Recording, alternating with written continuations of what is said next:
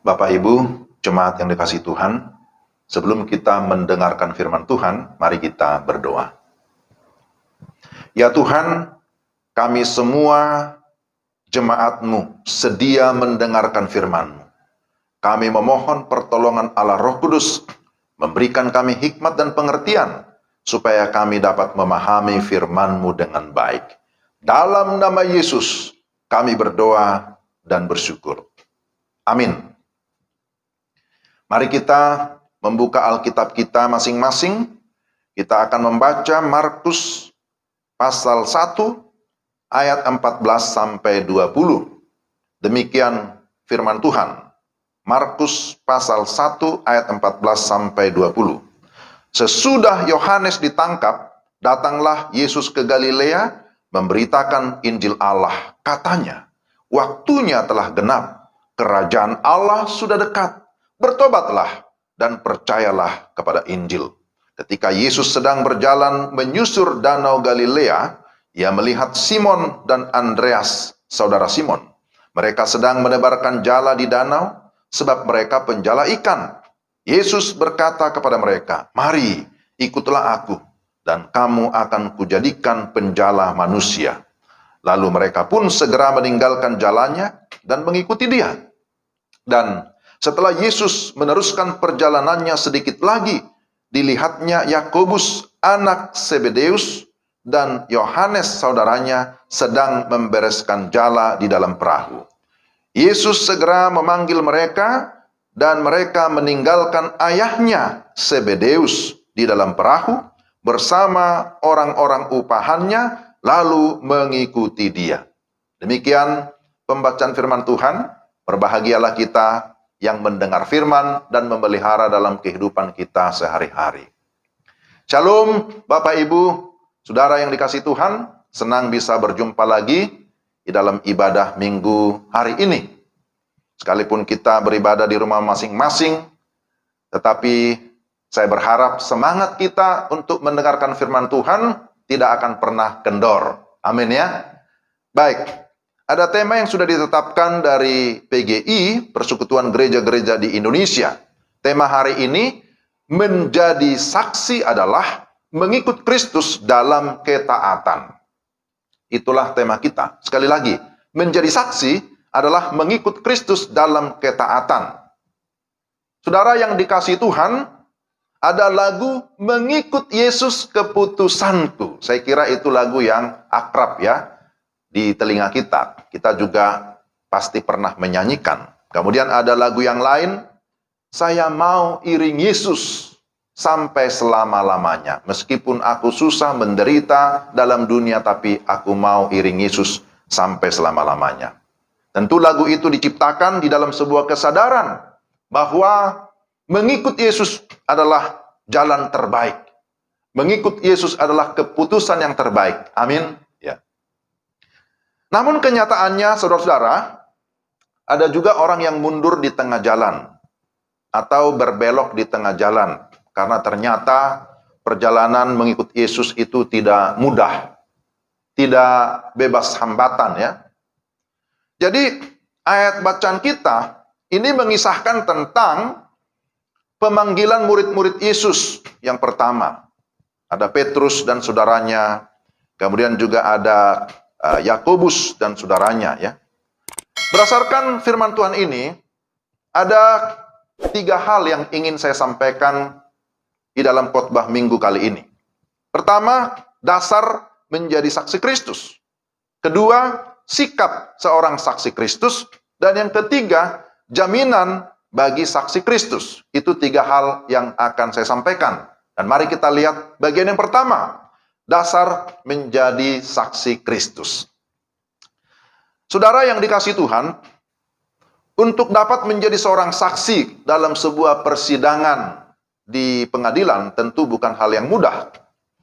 Sebab saksi harus memiliki relasi ataupun keterikatan dengan orang yang sedang disidangkan. Kira-kira begitu ya. Demikian juga untuk menjadi saksi atau pengikut Kristus, maka harus ada keterikatan dengan Kristus, harus ada relasi, harus ada dasar yang teguh. Di dalam Markus pasal 1 ayat 17, Yesus berkata kepada mereka, kepada Petrus dan juga saudaranya, "Mari, ikutlah aku dan kamu akan kujadikan penjala manusia." Saudara yang terkasih dalam Tuhan, berdasarkan ayat 17 ini, kita melihat ada dua panggilan bagi setiap kita, bagi setiap manusia, bagi setiap orang percaya, yang keduanya tidak bisa dipisahkan. Pertama adalah panggilan mengikut Yesus. Mari, ikutlah aku. Ini merupakan panggilan yang bersifat pribadi, panggilan yang bersifat personal, tapi juga sekaligus panggilan yang spesial. Panggilan untuk menerima Dia, menerima Yesus. Panggilan untuk mengikut Yesus dan sekaligus menjadi muridnya. Itu yang pertama. Tapi yang kedua, kamu akan kujadikan penjala manusia. Ini merupakan panggilan untuk menjadi saksi Kristus. Panggilan untuk melayani atau panggilan untuk menjadi alat keselamatan. Sama seperti Yesus, maka murid-murid juga dipanggil untuk memberitakan Injil Kerajaan Allah. Di dalam ayatnya yang ke-15, Yesus tampil di Galilea, kemudian dia berkhotbah. Dia menyampaikan firman Tuhan, waktunya telah genap, kerajaan Allah sudah dekat. Bertobatlah dan percayalah kepada Injil. Maka sekali lagi, sebagaimana Yesus menyerukan berita pertobatan, maka itu juga yang sebenarnya ditugaskan kepada murid-muridnya. Menyerukan pertobatan, supaya orang-orang bertobat meninggalkan dosa dan percaya kepada Injil yang menyelamatkan. Jadi sangat penting untuk kita pahami bahwa panggilan kita berasal dari Tuhan. Itu merupakan inisiatif Tuhan. Tuhanlah yang datang memanggil Petrus dan saudaranya. Tuhanlah yang datang memanggil Yakobus dan juga saudaranya. Saudara yang dikasihi Tuhan, agar seseorang sekali lagi dapat menjadi saksi Kristus, maka dia harus sungguh-sungguh percaya dan menerima Yesus sebagai Tuhan dan Juru Selamat secara pribadi. Ini adalah dasar yang paling hakiki. Yang kedua, saudara, sikap seorang saksi Kristus. Saksi Kristus harus mengikuti teladan Kristus. Sebagai murid, dalam bahasa Yunani disebut dengan istilah matetes. Murid atau matetes. Artinya adalah mengikuti jejak sang guru, itulah matetes. Kalau kita berkata Yesus itu adalah guru agung, maka kita yang percaya kepadanya harus mengikuti jejaknya, harus mengikuti teladannya. Saudara, dia datang ke dalam dunia dengan ketaatan penuh kepada kehendak Bapa, ketaatan penuh kepada Allah Bapa yang mengutusnya. Maka sebagaimana Kristus taat, demikian juga kita taat kepada Kristus yang sudah memanggil kita dan mengutus kita ke dalam dunia untuk menjadi saksinya. Saudara, bagaimana Petrus dan saudaranya, Petrus dengan teman-temannya menunjukkan ketaatan kepada Kristus. Mari kita lihat bahwa yang pertama, mereka segera meninggalkan jalannya dan mengikuti dia. Ayat 18. Lalu mereka pun segera meninggalkan jalannya dan mengikuti dia. Kata segera berarti tidak menunda. Tidak berkata, tunggu dulu, nanti dulu, besok dulu. Sama seperti penjala ikan. Tidak bisa hanya menunggu ikan datang kepadanya. Tetapi ia yang harus pergi ke tempat di mana mereka harus menaruh jala, di mana ada ikan. Demikian juga kalau kita mau menjadi penjala manusia. Kita tidak boleh hanya menunggu, tetapi kitalah yang harus pergi mencari jiwa, mencari manusia yang membutuhkan Injil keselamatan. Saudara yang terkasih dalam Tuhan, Yesus tidak senang kepada penundaan. Kalau kita memperhatikan ada ayat di dalam Yohanes 4 ayat 35 sampai 36, Bukankah kamu mengatakan 4 bulan lagi tibalah musim menuai? Tetapi aku berkata kepadamu, lihatlah sekelilingmu, dan pandanglah ladang-ladang yang sudah menguning dan matang untuk dituai. Saudara yang dikasihi Tuhan, mengapa Yesus tidak senang kepada penundaan? Karena pemberitaan Injil adalah suatu tindakan penyelamatan terhadap orang yang setiap saat bisa masuk ke neraka. Jadi, ini merupakan tindakan yang sangat mendesak. Pemberitaan Injil bersifat mendesak, karena ini berkaitan dengan masalah hidup dan mati. Jadi, dengan demikian, Yesus mau supaya kita segera meresponi panggilannya, tidak menunda-nunda kesempatan. Saudara, ada kisah atau ada cerita tentang seorang misionaris yang bernama Hudson Taylor ketika dia menjadi misionaris ke Cina. Dia pergi ke sana untuk memberitakan Injil. Kemudian ketika dia bertemu dengan orang Chinese itu, kemudian ada yang dilayani dan bertobat. Tetapi kemudian dia bertanya, sudah berapa lama kamu di negerimu mendengarkan Injil yang menyelamatkan itu? Lalu dia berkata, sudah ratusan tahun, sudah 200 tahun lebih. Wah, kemudian dia tertunduk sedih. Lalu dia berkata, sudah 200 tahun lebih. Tapi mengapa baru sekarang kamu datang ke tempat ini? Orang tua saya mati di dalam penantian akan keselamatan. Saudara yang dikasihi Tuhan, ini adalah satu kisah yang nyata. Bahwa berbicara tentang keselamatan, bicara tentang Injil, itu sesuatu yang mendesak. Karena sekali lagi itu berkaitan dengan hidup dan mati. Berkaitan dengan surga atau neraka. Sebenarnya pada saat kita menunda, itu sama dengan ketidaktaatan. Saudara, kalau saudara punya asisten, ya, punya staf, kalau seorang pegawai ataupun atasan, atau mungkin juga ya sebagai ibu rumah tangga, tetapi punya asisten di rumah. Ini sebagai contoh. Dan berkata, ambilkan saya minum. Lalu dia menjawab, besok saja saya ambilkan. Kira-kira bagaimana perasaan saudara? Apakah saudara menganggap bahwa dia tetap dalam ketaatan? Sesungguhnya ketika dia berkata seperti itu, ya dia sedang menunjukkan ketidaktaatan. Penundaan itu bisa juga berakibat kepada pembatalan. Nah, ini adalah sesuatu yang tidak baik. Jadi kita lihat bahwa Petrus dan juga saudaranya, kemudian Yakobus dan saudaranya, ketika mendengar panggilan Yesus, mereka segera meninggalkan jalannya, segera meninggalkan pekerjaannya. Wah, ini tidak mudah. Maka yang kedua, yang kita lihat bahwa bagaimana sikap mereka. Mereka rela berkorban dengan meninggalkan pekerjaan dan juga meninggalkan orang tua. Itu yang kita lihat di dalam ayatnya yang ke-20. Mereka meninggalkan ayahnya.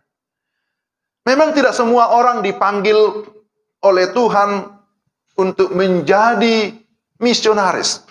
Tidak semua orang dipanggil oleh Tuhan untuk meninggalkan keluarga, untuk meninggalkan pekerjaan, lalu kemudian melayani secara full time. Tidak semua. Di dalam Markus pasal 5 ayat 18 sampai 20, ketika Yesus sudah melayani ada orang gerasa, kemudian dia sembuh, dia ingin mengikut Yesus. Dia ingin melayani bersama dengan Yesus. Tapi apa yang Yesus katakan? Pulanglah ke rumahmu, pulanglah ke kampungmu, layanilah saudara-saudaramu yang ada di sana. Tetapi saudara, kalau saudara diminta untuk meninggalkan keluarga, meninggalkan pekerjaan, meninggalkan studi karena pemberitaan Injil, apakah saudara mau taat kepada Tuhan? Ya, ini menjadi tantangan juga ya. Ya, saya mengalami hal yang demikian. Ketika saya dipanggil secara khusus untuk menjadi hamba Tuhan, maka saya meninggalkan pekerjaan yang lama. Tetapi sekali lagi, tidak semua harus dipanggil atau mendapat panggilan yang sama. seperti murid-murid Yesus, seperti saya. Tapi kita semua sebenarnya dipanggil oleh Tuhan untuk melayani dimanapun kita berada. Saudara yang terkasih dalam Tuhan, ada catatan juga ya, bahwa Tuhan bisa memanggil seseorang untuk meninggalkan pekerjaan, untuk meninggalkan orang tua, untuk meninggalkan kakak atau adiknya. Tetapi Tuhan tidak mungkin memanggil seseorang untuk meninggalkan istrinya ataupun suaminya. Ya, tidak demikian ya. Karena suami istri haruslah menjadi satu tim di dalam pelayanan. Sikap yang berikutnya yang kita lihat bahwa sebagai seorang murid atau sebagai saksi Kristus, itu membutuhkan ketekunan dan keberanian. Penjala ikan bisa berhasil karena dia bertekun dan punya keberanian. Khususnya dalam konteks ini, mereka ada di Danau Galilea. Setiap saat angin ribut bisa datang dengan mendadak tanpa ada tanda-tanda lebih dahulu. Jadi penjala ikan di sana menghadapi resiko yang sangat besar. Demikian juga dengan penjala manusia. Itu tidak mudah. Kita sedang berada di dalam dunia yang diibaratkan seperti domba di tengah-tengah serigala. Kalau kita memberitakan Injil, maka ada risiko yang harus kita ambil. Dan itu membutuhkan keberanian. Bagaimanapun seseorang bijaksana menyampaikan kabar baik, dia menyampaikan kebenaran di dalam memberitakan Injil, selalu ada tantangan. Karena bisa menimbulkan kemarahan, menimbulkan kebencian, menimbulkan permusuhan, bahkan penganiayaan, sampai kepada pembunuhan terhadap orang-orang yang percaya kepada Injil, terhadap para pemberita Injil. Kita lihat tadi di dalam bacaan kita, dalam ayat 14, dikatakan bahwa Yohanes ditangkap. Setelah Yohanes ditangkap, kemudian dikatakan datanglah Yesus ke Galilea. Pertanyaannya, mengapa Yohanes ditangkap? Dia ditangkap karena apa? Karena dia memberitakan kebenaran, karena dia memberitakan Injil, karena dia menegur Herodes, dan dia tidak terima. Lalu kemudian Yohanes ditangkap dan kita tahu dia dipenggal. Demikian juga para murid atau para rasul. Mereka menjadi martir karena memberitakan Injil. Kalau kita membaca sejarah para rasul, maka mereka semua murid-murid Kristus itu mati sebagai martir. Ada yang kepalanya dipenggal, ada yang disalibkan secara terbalik dan macam-macam. Mereka menjadi martir karena apa? Karena bersaksi tentang Kristus. Kristus yang mana? Kristus yang datang ke dalam dunia, yang mati disalibkan, yang bangkit pada hari ketiga, yang naik ke surga. Itulah sesungguhnya inti daripada Injil. Jadi saudara-saudara, menjadi pengikut Kristus, menjadi saksi Kristus, membutuhkan ketekunan, membutuhkan keberanian iman. Dikatakan di dalam nas pembimbing tadi, bahwa menjadi pengikut Kristus harus siap menyangkal diri, kemudian memikul salib, kemudian sampai taat sampai mati. Nah, ini adalah sikap ya. Ini hal yang harus kita perhatikan dan yang harus kita hayati dan kita harus siap untuk menjalaninya. Tetapi ada penghiburan saudara-saudara yang ketiga. Ada jaminan bagi saksi Kristus. Ketika seseorang mengikut Yesus, berarti di dalamnya ada jaminan. Pertama itu berkaitan dengan kepastian keselamatan. Ada kehidupan yang kekal. Ketika Yesus berkata, mari ikutlah aku. Di dalamnya ada sebuah jaminan bahwa mengikut dia berarti ada kehidupan. Yesus pernah berkata seperti ini, di mana aku berada, di situ pun kamu berada. Itu tidak hanya berbicara ketika dia ada dalam dunia.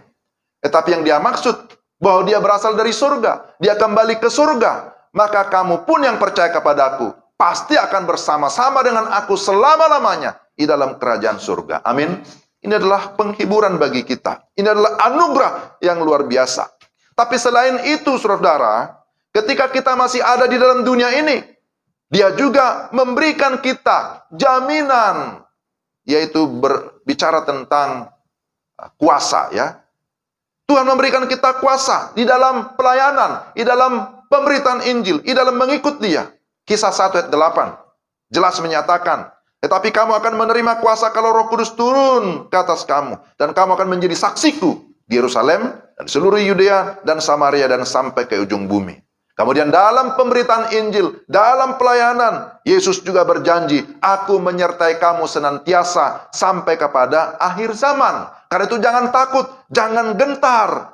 Kenapa? Karena Kristus menjamin kehidupan kita, kehidupan yang akan datang, tetapi juga kehidupan pada masa sekarang. Amin. Maka sebagai kesimpulan dan aplikasi, saudara-saudara, menjadi murid atau saksi Kristus, itu adalah anugerah. Itu adalah kepercayaan yang mulia. Tuhanlah yang memilih kita menjadi muridnya. Dialah yang mengutus kita untuk menjadi saksinya. Dan Dia juga menjamin kehidupan kita sekarang, bahkan sampai selama-lamanya. Panggilan Tuhan itu jelas. Bagian kita adalah meresponi panggilan itu dengan iman dan ketaatan. Berkata ya kepada Tuhan. Tidak menunda-nunda kesempatan. Tidak beralasan. Sebab banyak orang ketika diajak melayani, ada banyak alasan gitu ya. Mau menjadi majelis, banyak alasan. Padahal itu sesuatu yang mulia. Mau diajak mission trip, mau diajak berdoa, mau diajak ibadah. Seringkali banyak orang yang menghindar, banyak alasan. Saudara yang tersenyum Tuhan, ketika Tuhan memanggil Petrus dan saudara-saudaranya, mereka bersegera. Apakah mereka sedang menganggur? Tidak. Mereka sedang bekerja, mereka sedang sibuk. Tetapi kesibukan tidak menjadi alasan untuk melayani Tuhan. Ada banyak urusan lain, tentu ada banyak urusan. Tetapi kita juga harus tahu ada prioritas. Ada yang penting, tapi ada yang terpenting. Maka kalau Tuhan memanggil saudara dan saya untuk melayani, mari kita responi dengan ketaatan, dengan kerendahan hati. Tuhan mau memakai kita semua menjadi alat di tangannya. Tuhan mau memakai kita menjadi penjala manusia. Kapan? Besok? Tahun depan? Sekaranglah waktunya. Tapi masih sibuk. Ingat sekali lagi bahwa Tuhan mau memakai kita sekalipun di dalam kesibukan kita masing-masing. Menjadi saksi di mana? Di Yerusalem, di Yudea, Samaria, sampai ke ujung bumi. Artinya bahwa kita menjadi saksi di lingkungan kita. Dimulai dari keluarga kita. Di mana kita tinggal. Di tempat pekerjaan. Secara lintas budaya, lintas geografi.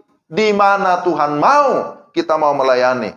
Maka saya percaya, di sana Tuhan hadir, menyertai. Apakah ada jaminan? Sudah jelas. Yesus sudah memberikan hidupnya, saudara-saudara. Saya kira itu lebih daripada cukup. Lebih dari segalanya. Yesus sudah memberikan hidupnya. Dia datang. Mati bagi kita di atas kayu salib. Apakah itu masih kurang pengorbanan Yesus? Maka kalau dia sudah berkorban bagi kita, pertanyaannya, apa yang sudah kita berikan kepada dia? Apa yang kita sudah persembahkan kepada dia? Maka Tuhan mau supaya kita menjadi saksinya. Supaya melalui hidup kita, ada orang-orang dipersembahkan. Jiwa-jiwa yang dipersembahkan bagi kemuliaan Tuhan. Dia berjanji sekali lagi akan menyertai kita sampai selama-lamanya, sampai akhir zaman. Jadi karena itu Bapak Ibu yang dikasihi Tuhan, mari kita tetap bersemangat ya menjalani hidup ini. Jangan ragu. Tuhan beserta kita. Jangan ragu mengikut Tuhan. Sekalipun ada banyak tantangan, persoalan, ada pandemi, ada berbagai bencana. Tetapi panggilan Tuhan tetap ada sekalipun di tengah berbagai kesulitan. Tuhan mau justru dalam berbagai kesulitan ini kita dipakai menjadi saksinya, kita dipakai menjadi alatnya untuk menjadi garam dan terang, memberitakan tentang siapa Tuhan kita, juru selamat kita satu-satunya. Jadi mari kita katakan, aku mau ikut Yesus sampai selama-lamanya. Aku mau menjadi saksimu di dalam segala keberadaanku, di dalam segala ketaatan. Tuhan pakai saya sesuai dengan kehendak-Mu. Amin. Mari kita berdoa. Tuhan, terima kasih untuk firman-Mu. Kami memohon supaya Allah Roh Kudus menolong kami, memampukan kami untuk kami dapat memahami firman-Mu, mengingat firman-Mu, tetapi kami juga melakukan firman-Mu di dalam hidup kami tiap-tiap hari. Terima kasih Tuhan, terpujilah nama-Mu. Kami berdoa dan mengucap syukur hanya di dalam nama Yesus Kristus, Tuhan dan Juru Selamat kami yang hidup. Amin.